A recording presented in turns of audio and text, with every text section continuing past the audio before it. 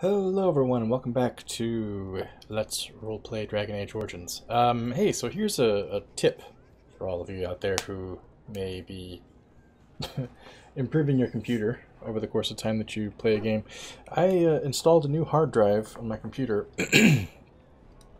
and thinking like, hey, this kind of thing is easy. I moved my entire Steam folder over to the new hard drive. Well, doing that meant that Steam, or at least Dragon Age Origins, didn't know where the save files were anymore, even though they were in the exact same location they were in before. So I had some difficulty loading up this save. Well,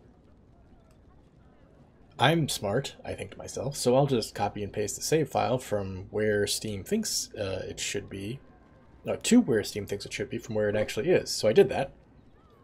And I'm still having problems loading the game. The only way that I can get this to load is to go and load a previous character that I tested the game out with just to make sure that this would work. This character right here was basically like my foil. This is all behind the scenes shit, which is breaking the roleplay, I know. This is my foil for Georgianne. And only by switching characters and then switching back can I actually successfully load this game. Otherwise, this crashes on load. I don't know why. I tried creating a new save, thinking, oh yeah, surely it just needs a new save and it won't crash anymore. But if I have to switch characters every time, I mean, it's not a huge difficulty, but it is kind of like, what? Why do I need to switch characters for the game to load without crashing? Anyway, I haven't actually played any of this to see if we're going to have this problem or if it's going to create more problems. All the save file information is there. I'm not sure why it's being difficult, but just something to remember. If you ever install a new hard drive, don't just assume that your save files are good just because they didn't get moved around. So, we've encountered a couple different quests here in Denerim, but I think I said last time that now that we know the location of Brother Genetivi, I think once we speak to him, we're going to get the hell out of Dodge, because finding the sacred urn is very important to keeping Arl Eamon alive, number one. And number two, we know that Terran Logain is here in Denerim, or somewhere very close. And we know that everybody that works for him is on the lookout for Grey Wardens and with instructions to kill them. So we don't want to spend a minute longer here than we need to, even if we have other things going on here. So, let's find this Brother Genetivi. Who's Waylon? I didn't expect to find a Waylon. Hang on. I cannot read that. Fine. Didn't expect to find a Waylon, but let's talk to him. Yes? What are you doing here? I don't think I would challenge. I would actually probably think. Yes, I would think. This must be Brother Genetivi. No. No, I am Waylon, Brother Genetivi's assistant. When you first came in, I was hoping that you had news of Brother Genetivi. Wishful thinking, it seems. Oh no. News? What are you waiting for? I haven't seen Brother Genetivi in weeks. He sent no word. It's so unlike him. I'm afraid something has happened. Genetivi's research into the urn may have led him into danger. Why would searching for the urn had led him into danger? Not that we would expect that finding the urn would be completely free of danger. I think Georgianne's had enough experience on the surface to know that pretty much everything up here is dangerous. But we're not sure what about the sacred urn specifically would be dangerous. Perhaps the urn has been lost for a reason. I pray for Genetivi's safety, but hope dwindles with each passing day. I tried to send help, but some knights came from Redcliffe looking for him not long ago. I sent them after Genetivi, and they too have disappeared. Knights from Redcliffe, so that would mean they were on the trail for the urn for the benefit of Arl Eamon, I presume. This guy has an eminently reasonable number of belts on. I like this guy already. I think I must go after them. I need the urn for Arl Eamon. No, don't ask me where they went. Oh. You'll go after them. And what if ill luck should befall you too? Well, that's not your fault. This search is a curse on all of us. Some things are not meant to be found. I know that now. This is very, very important. So be it. All he said before he left was that he would be staying at an inn near Lake Callanhard, investigating something in that area. Isn't Arl Eamon's earldom, for lack of a better term, on Lake Callanhead? By that matter, isn't the freaking Circle Towers on Lake Callanhead? Lake Callanhead is the epicenter of everything going on in this this surface world. Okay, what was he investigating? I don't know. All I discovered from going through his research was that he was staying at the inn. Okay. But you just said that he spoke to you and told you that, I apparently deduced. Whereas now you say it was going through his research. Yes, of course he told me, but I also went through his things to see if I could find other clues to his whereabouts. Are you hiding something? I know it sounds suspicious, but I swear I'm not lying. It's been a very difficult time for me, and sometimes I don't know what to think or feel. I want Genetivi to be rescued, but I don't want more people to be hurt. You understand, don't you? The way that he was speaking right now reminded... Where did Georgianne go, by the way? She's gone. She was in the frame a minute ago. The way that he's speaking right now kind of reminds Georgianne a little bit of how the people in the Mage's Tower who were being controlled by demons spoke, right? Where they're kind of sort of dreamy, like, well, yeah, I mean, I know that I know this, but I don't know how I know this. Or, I feel this way, but I can't explain why. You know, that's kind of how he's speaking right now, and it's a little weird to her. I don't know if I should trust you, frankly. You do not have to trust me. My conscience is clear. Follow in Genetivi's footsteps if you must, but be careful. Okie dokie. The only hint Wayland gave you on Brother Genetivi's whereabouts is that he was going to an inn near Lake Callanhead. Brother Genetivi went to investigate something around that area. Well, I feel like if we pry around here, Wayland might get pissed. I'm not gonna say that I would feel bad if I had to kill him. I don't know.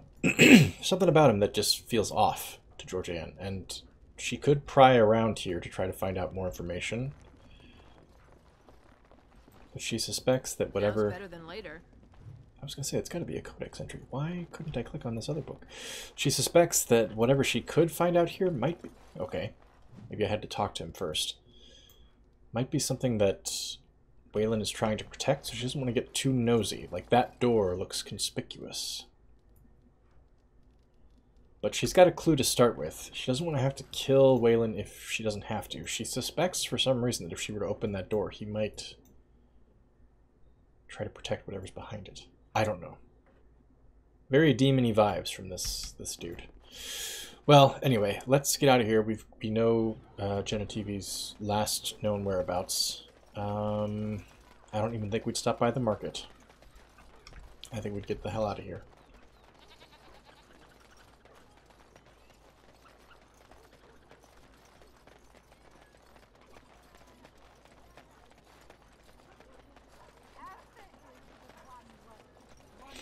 Getting the hell out of here, both because the urn is such an important quest, and because Denerim is such a dangerous place for us. Holy shit, there's multiple areas to go.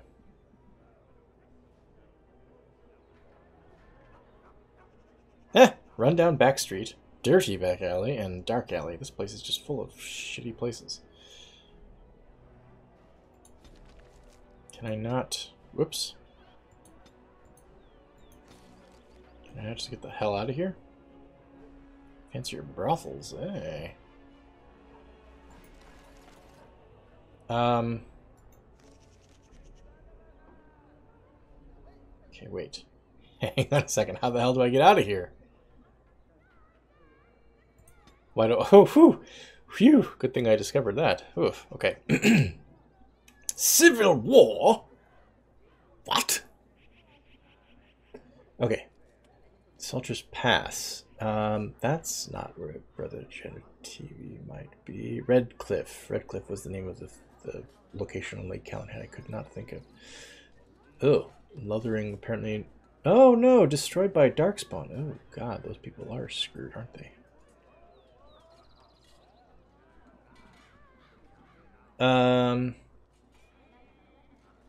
Well, here's a freaking question. Where do I go? Where the fuck do I go? In near Lake Calenhad, yes. Make active, please. Where does that send me on El Mapo?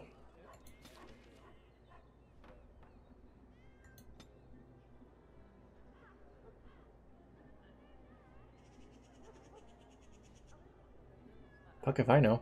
Maybe we should just go back to camp. I don't know. I don't freaking know.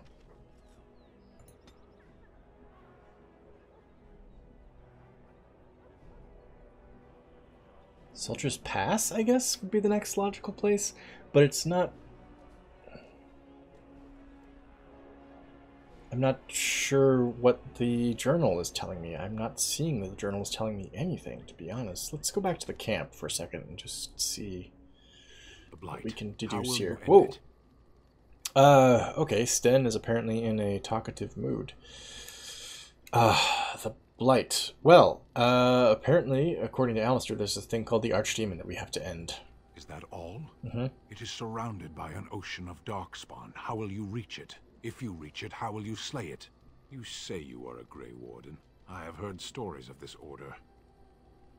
I mean, I'm a Grey Warden in the sense that, like, you have lived in Ferelden all your life. Like, what the fuck, dude? Yeah, we're both starting out here.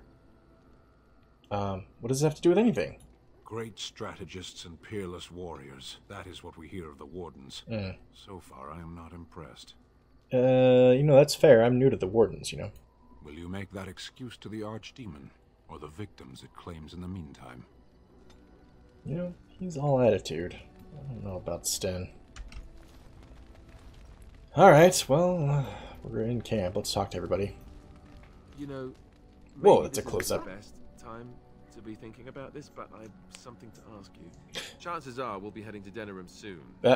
And when we're there, I wonder if we might be able to look someone up. We were just there, dude. You have a friend outside the Grey Wardens? I'm not talking about a friend, exactly. And no, it's not that sort of friend either. Oh. The thing is, I have a sister. Is she hot? Sister. Is she hot? I told you about my mother, right? She was a servant at Redcliffe Castle and she had a daughter. Only, I never knew about her. But is she hot, bro? I don't think she knew about me either. It kept my birth a secret, after all. But after I became a Grey Warden, I did some checking and...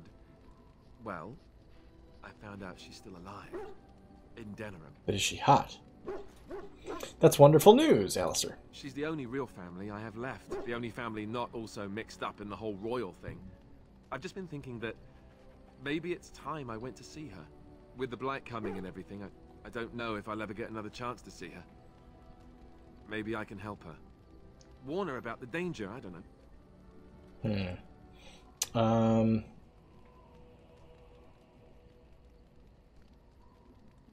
I think that, I mean, we just came from Denerim, so this is kind of a silly conversation to have, given that Alistair was there with us. But, we expect that at some point our travels will take us back to Denerim, if for no other reason than Loghain is there. So yeah, when we're back, sure, we can try. I'd appreciate that. If something happened to her and I never went to at least see her, I don't know if I could forgive myself.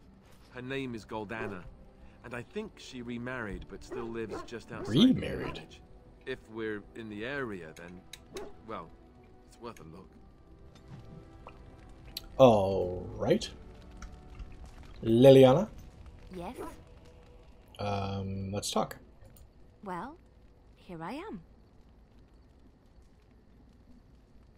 am. You were a traveling minstrel. Do you have any tales to share? Of course I do. I love stories far too much to keep them to myself. Everyone should be able to benefit from them, I think.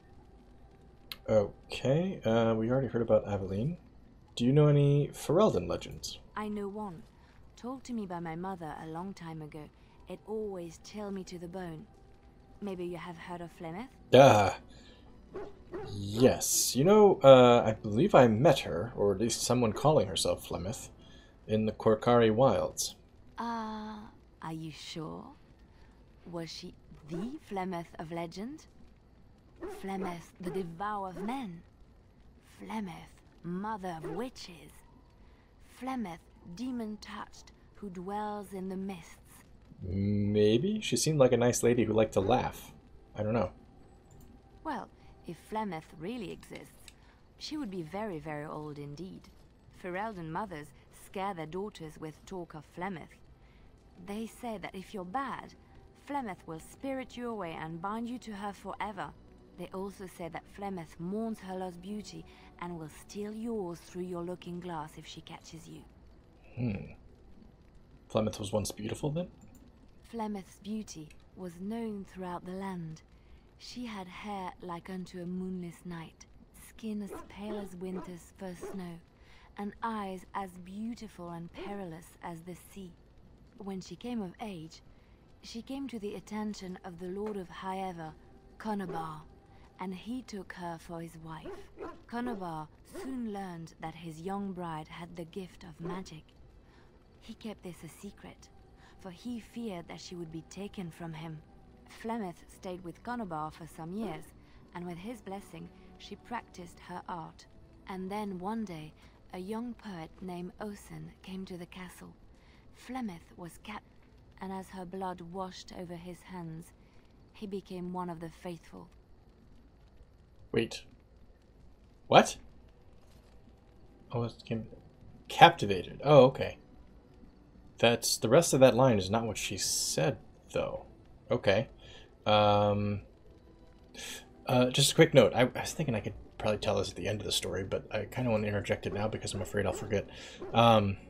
She said that Conobar took Flemeth to wife. So, not sure how familiar you are with, like, first sources in history and stuff, but typically when someone says took, this such and such man took so and so to wife, unless they're literally speaking about a marriage ceremony and a woman becoming a queen, or but the partner of her husband, usually when they say took to wife, maybe not usually, but in many cases where they say took to wife, they're actually talking about rape. So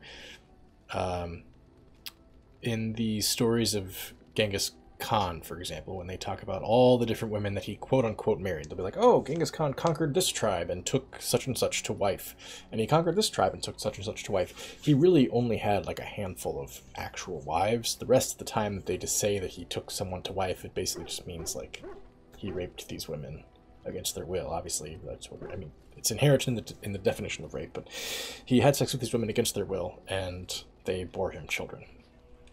So and that's true through a lot of historical sources. It's not just Mongol histories. It's, it's literally almost every kind of history. It's mentioned in the Bible about kings of Israel taking women to wife when they conquer some enemy on a battlefield, and it's usually implied. It's not said, but it's usually believed to have meant that there was forced or coerced sex as a result of the battle. Dark subject matter, I know, but I'm wondering, when this story that Flemeth is telling, I'm wondering if, when she says Conobar took Flemeth to wife, if it is implying a consensual marriage, or if it's implying some kind of non-consensual coercion. If Flemeth was captivated by Osen, presumably maybe she actually did marry Conobar, or was bound to him in some sense, concubine or something. But if she fell in love with this Osen fellow, I imagine that it probably was not consensual, whatever she was forced to abide by Conobar. What happened then? Flemeth longed to be with her true love, and she and Osen fled from Conobar's lands, seeking refuge in the Korkari Wilds with the Chasing tribes. They lived there happily for many a year, till the day Flemeth received news that Conobar was dying and longed to see her face one last time. She Flemeth's fell for it? heart swelled with pity for the man who once was her husband, and begged Osen to return to Conobar's side with her. But when Flemeth and Osen entered Highever, they were captured by Conobar's men, and Osen was slain in front of Flemeth's eyes. Flemeth was imprisoned in the highest tower of the castle, there to await Conobar's judgment on her. Distraught at the loss of her love, Flemeth plotted revenge against her husband. She summoned a fey demon, intending for it to wreak vengeance on Conobar. But a spell went awry. The demon possessed Flemeth. Turning her into an abomination, the halls of the castle ran red with blood as Flemeth slaughtered Conobar and all his men. The last of Flemeth's humanity melted away, and at dawn, she stole back to the wilds to plot and scheme for 100 years. They say she took to her side many chastened men, and with their help, begat her daughter witches, who even now prowl the dark places of the Korcari wilds. It's fucking crazy. So a few things that we're learning here. One, Flemeth apparently as a young woman was much more trusting than the Flemeth that we met in the Korcari wilds would ever lead us to believe. The Flemeth that we met seemed world knowledgeable, world weary almost. Like she seemed cynical. It seems totally out of character to imagine her trusting that some man that she probably never really cared for was going to be kind to her or her lover, whom she left this man for in the first place. That doesn't sound like the Flemeth that we met at all, that she would take that kind of risk. And second, an abomination who is possessed by a demon and goes around wrecking and destroying and killing. Doesn't seem like the Flemeth we knew either. And we're curious what Morgan would like to think about both these things. And this is kind of where I feel like I wish the camp dynamic was a little bit different in this game, because I would really like for other people in the camp to be able to react to these things as they're said.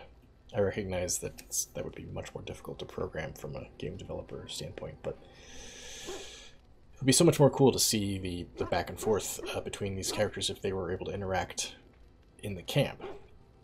They do get to interact in little one-off things in your party when you're out walking around, I understand that, but so much that happens in the camp that doesn't really get reflected in the way that they interact out in the field. Okay, good story. Crazy. Good story. Okay, Alistair. Oh, that must be Alistair's approval from before. Quest updated. Oh, right. Okay. Alistair's family. Win, you got any crazy Flemeth stories to lay on me? Probably not. Encountered many abominations apart from the ones in the Circle Tower. Well, it depends on whether you consider Flemeth an abomination. We didn't up until Liliana told us that story. There was Connor. Ah, yes, Connor, of course. Fucking Connor. The first time I saw an abomination, my blood turned to ice. It was months before the nightmares stopped. It was the knowledge that I could easily become one of them that frightened me the most. Personal note from Pem here, not at all related to Georgiana, Georgianne, because I think I had Goldana on the mind there when I combined Georgiana and Goldana's name. This is not Georgianne's character trait, it's one of mine, but I have always had it's not a phobia really, because I don't think that it can actually happen, but since I was a little kid, the idea of becoming possessed by something not myself was horrifying to me. I remember watching cartoons as a kid, and if there was ever a cartoon where like a character got turned into something else against their will, like I remember there was a freaking G.I. Joe cartoon when I was a kid where one of the Joes got turned into a killer whale for some reason that I don't even remember. And it was horrifying to me, the idea that you could be turned into something against your will. Or like when I was 11 and I first saw The Exorcist, which is a pretty young age to see The Exorcist, but that movie gave me nightmares for literally months, speaking of Wynn having nightmares for months. With the idea that if there was an evil spirit that wanted to possess me, it could just do so, and I had no say in the matter. I wouldn't see it coming, it would just happen, and there was nothing I could do to stop it, like it happens to poor Reagan in that film. That idea was terrifying to me as a little kid, and it's still kind of terrifying to me now. Not that I believe that it can actually happen to someone, but just in kind of a like a body horror sense of like, oh, imagine if you weren't in control of your own faculties and you had to watch from within as something else, something sinister controlled you and destroyed who you are to the people that you care about, you know. It's just oof, makes my skin crawl. So I can understand the horror behind a fear of abominations, and it makes me wonder if I was in this world, like, why the fuck would you even risk anything that could possibly allow you to be possessed by something else? Because that sounds so terrifying to me that I would instantly be turned off. Whatever the possible benefits were, I'd be like, nah, no, not worth the risk. No, no, thank you.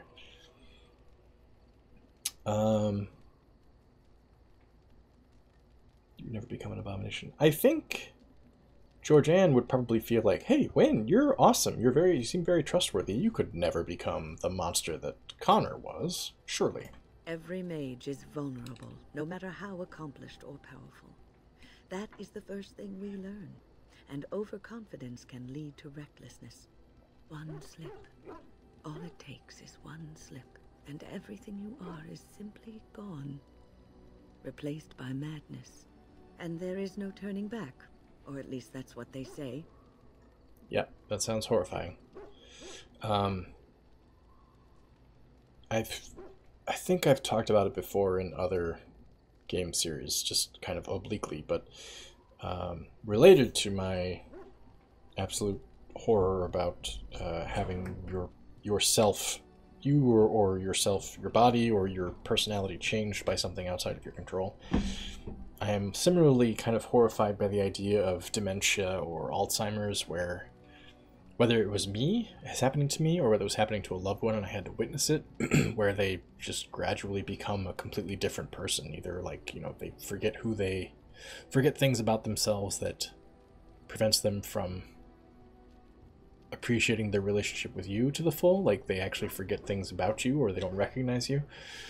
Or the idea that they could just completely forget who they are, like lose the experiences they've had, and suddenly, like, sometimes you hear about people with dementia suddenly becoming more violent, or, you know, somebody with a traumatic brain injury can't control their impulses or something. Like, the idea of people, either I myself or people that I've spent my whole life with, suddenly becoming a different person is kind of a terrifying thought. And it's really only one brain trauma or one stroke or one long-term disease away from happening for any of us.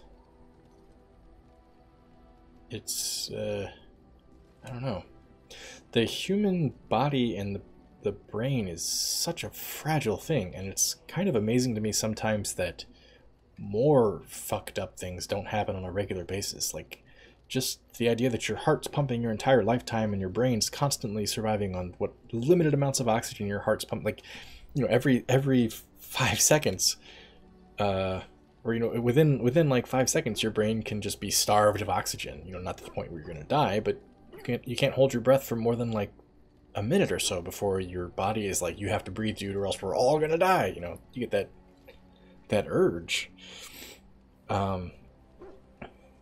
It's just amazing you can have a lifespan of 70, 80, 90, 100 years, and all those systems, you know, the ones I'm describing, and then, of course, tons and tons more that are very intricate and complex, all have to be operating flawlessly for that lifespan to be reached. It just seems amazing that there aren't more flaws that come up.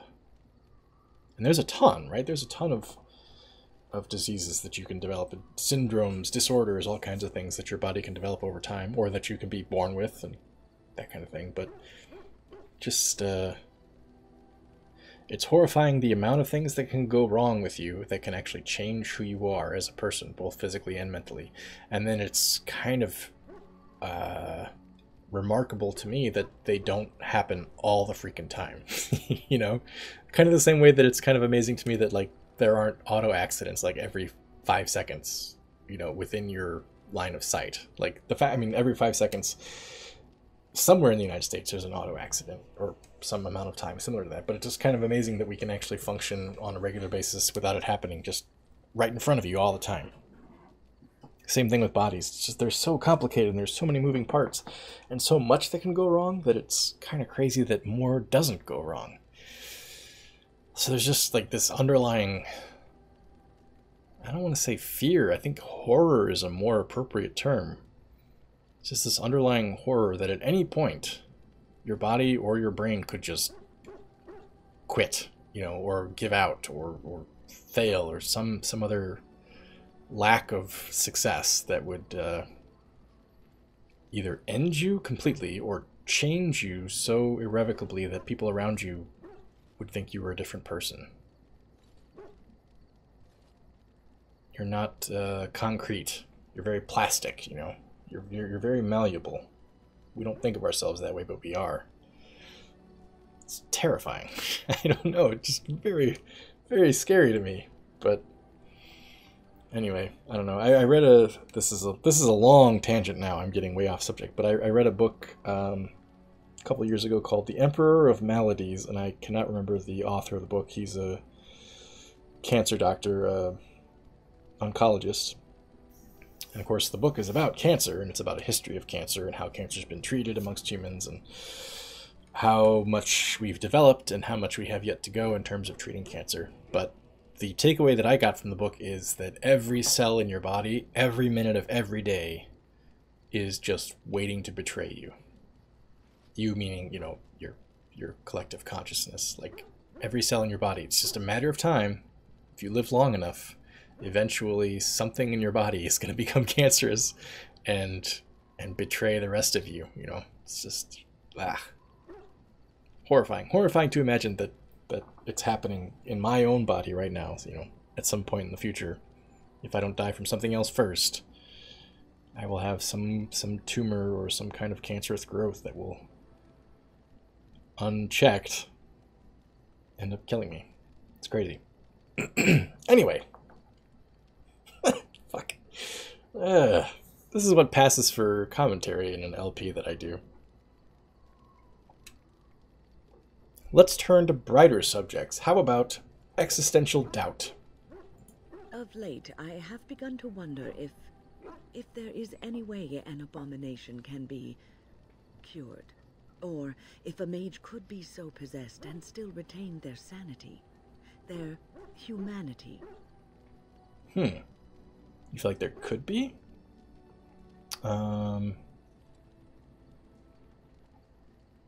Yeah, I think Georgianne would feel the first. If one retains one humanity, then you could not call them an abomination. You could not just outright execute them. There would need to be an attempt to redeem them, right? Yes. It is madness and cruelty that define abominations. If those are lacking, if the mage remembers the person they truly are, then they are not an abomination. I never saw that. Thank you for showing me another way of looking at it. What? I showed you that? It seemed to me like she came across that entirely on her own, but okay. Duke! Digs furiously in the ground at your feet. What are you doing? Digging through the earth? Yes, he says. He goes back to digging. I feel like Georgianne is just so freaking in love with this mutt that she would indulge him for almost anything. He's just so interesting and different than anything she's ever encountered, and he apparently absolutely loves her that she would just be like, this thing is great! Just let him do whatever he wants, I don't care. Have fun, then!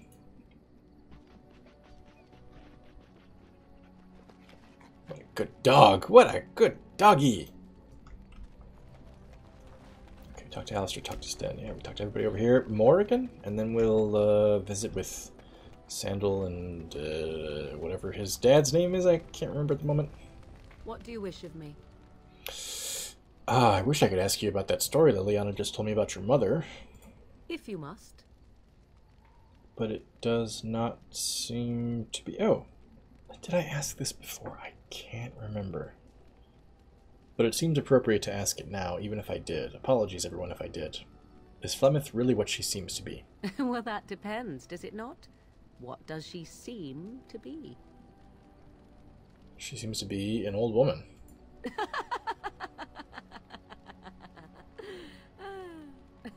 Oh, she is certainly old.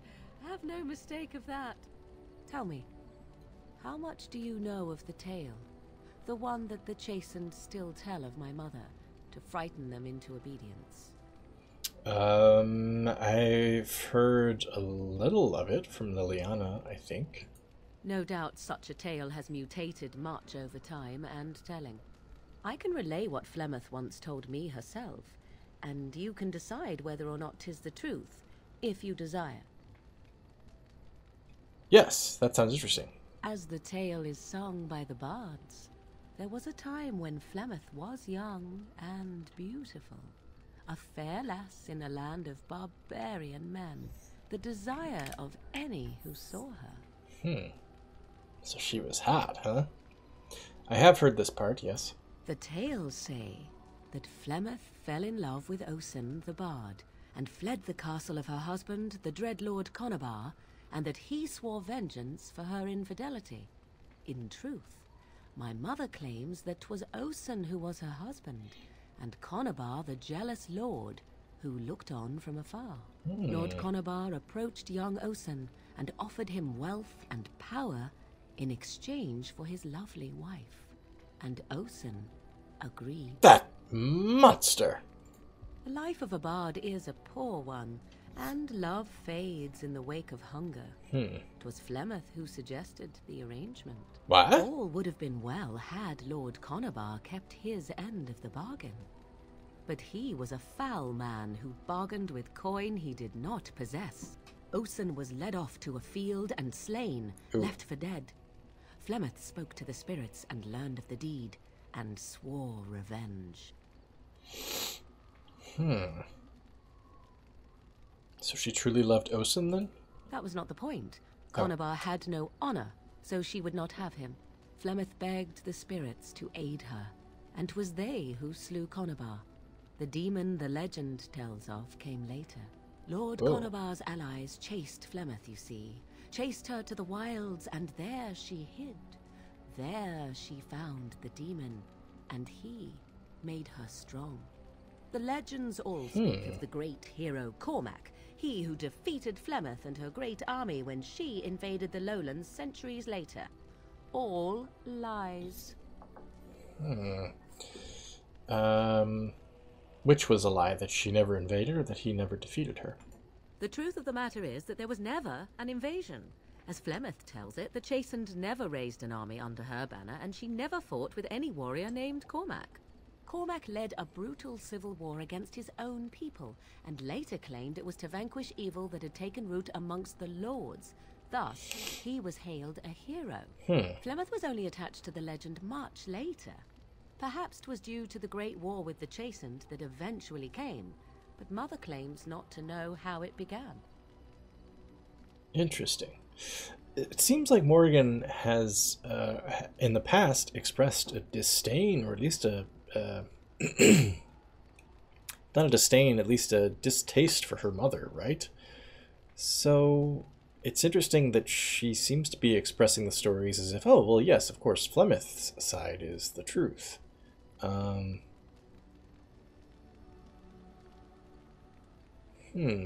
you believe her version? I do not believe everything that Flemeth claims. Oft it seems her bitterness has colored her memories. But on the whole, yes, I believe this tale, if not all. I see. So how has Flemeth survived for this long? The demon within her has transformed her into something else. An abomination, perhaps some would say. I know not. I only know my mother is clever, and she is part of the wilds as it is part of her. But she is no immortal. She bleeds. A blade in her heart would kill her like any other, were it lucky enough to find her. That's a conspicuous statement, Morrigan. Legends tell of Flemeth having many daughters? You ask if I have sisters. I have asked of this myself. The stories tell of many witches of the wilds after all, not just the one. And these tales existed long before I did. Flemeth refuses to speak of other daughters, if they existed. So, should I believe I am her first? I doubt that too. Why would she refuse to speak of them? The Chastened tell of a falling out between Flemeth and her daughters. They say that one day she hunted them all through the wilds and ate their hearts. It may be true. I have never seen another witch or heard of one. Perhaps one day Flemeth will eat my heart as well. You sound perfectly okay with that. I think given that the experience at the Circle Tower is so recent, we would ask this question. Aren't abominations usually insane horrors? How often is this usually? Always? If not always, then when is it not true? There are more things in this world and the next than you or I could ever hope to understand. Horatio. What Flemeth became is a mystery. I suspect even to her. Very interesting story. Thank you, Morgan. It's kind of cool that we were able to get these stories back to back from Liliana and Morgan. Flemeth tells it with far more embellishment than I, but you are welcome.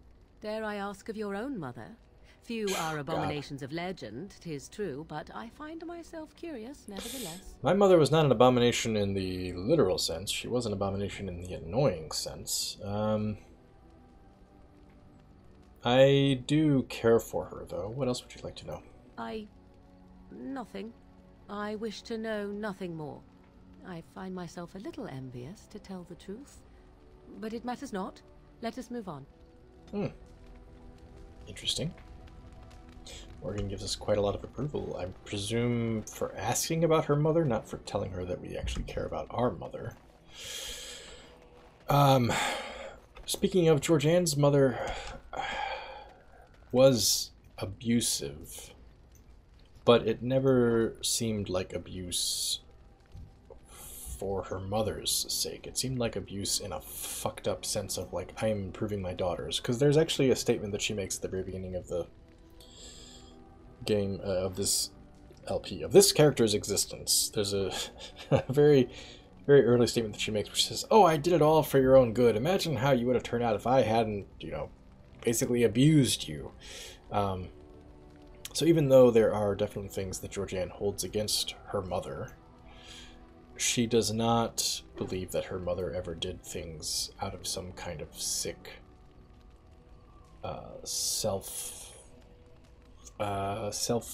satisfaction. I don't know if that's the right word, but it was a warped sense of benefiting her daughters. It was not for herself. She didn't abuse her daughters because it was beneficial to her. She abused her daughters because she believed, in a fucked up sense, that it was beneficial to her daughters. Bowden, that's his name, Bowden. If there's anything I can do for you, please tell me. Let's trade, my man. I'm sure you'll be pleased with the goods my boy and I have collected, and with your discount. Yes. Okay. Well.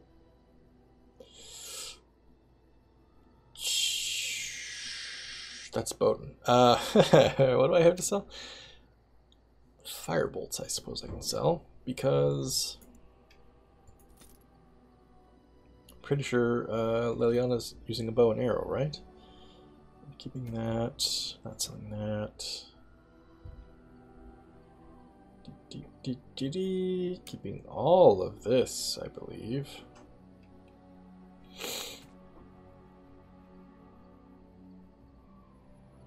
Do you have anything that would... rats. I was thinking any kind of elf root or anything that would give me healing potions, but no.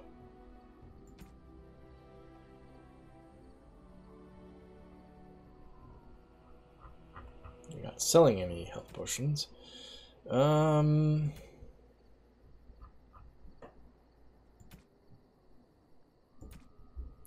Does he have any... Did I already buy the backpack that he sells?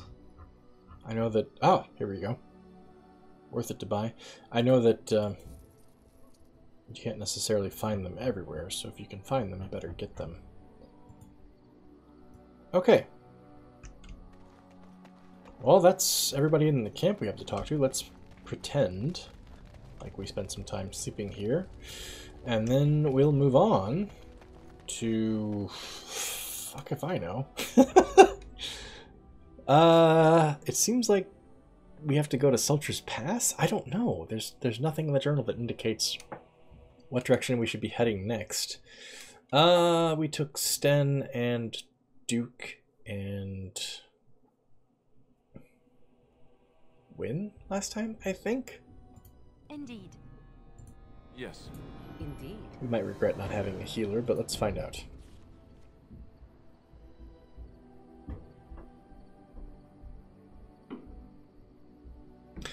I have to guess that Sultry's Pass, being the only other location on Lake Callanhead, is the one we should go to next. I do not know what that one is related to. It does kind of seem time sensitive, though, does it not? If a civil war is actually going on right there. Meanwhile, battlefield. Yeah. What? What's happening here? We were just in Denerim. What is battlefield and what is civil war? I don't know. Fuck it. Let's go. I don't know. It's on our way, right?